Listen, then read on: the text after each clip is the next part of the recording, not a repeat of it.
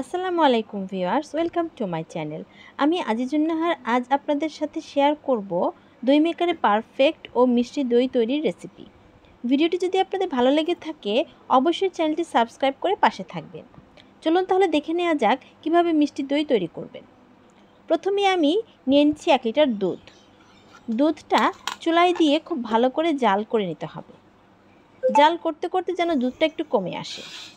চুলার আঁচ থাকবে মাঝারি। দুধে জালের কারণে যে শর্টটা পড়বে তা আমরা নেড়েচেড়ে মিশিয়ে দেব। এতে দই খেতে বেশ টেস্টি হবে। তারপর এতে মিশিয়ে দেব 1.5 কাপ চিনি। আপনারা যেমন মিষ্টি খেতে ভালোবাসেন সেই অনুযায়ী মেশাবেন।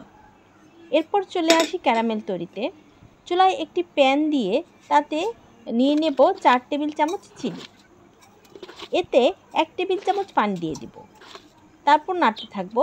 নাড়তে নাড়তে হালকা বাদামি হয়ে আসবে। আরও একটু জাল দিয়ে একটু গাঢ় করে নেব। এরপর এতে মিশিয়ে দেব দুধ। দেখেন কালারটা কত চমৎকার হয়ে এসেছে। কেউ চা মনে করে খেয়ে ফেলবেন না কিন্তু। এখন দই মেকারের বাটিতে দুধটা ঢেলে নিয়ে তাতে মিশিয়ে দেব 2 টেবিল চামচ দই বীজ। এখন মেকারটা অন করে দেব। এভাবে রেখে দেব 6-7 ঘন্টার মতো।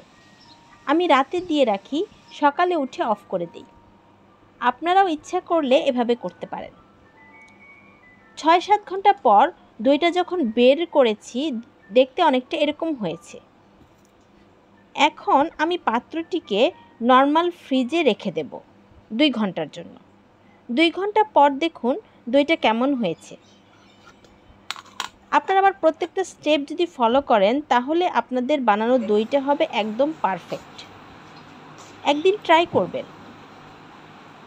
আজকে তাহলে আসি, আবার হাজির হব নতুন কোনো রেসিপি নিয়ে আপনাদের মাঝে।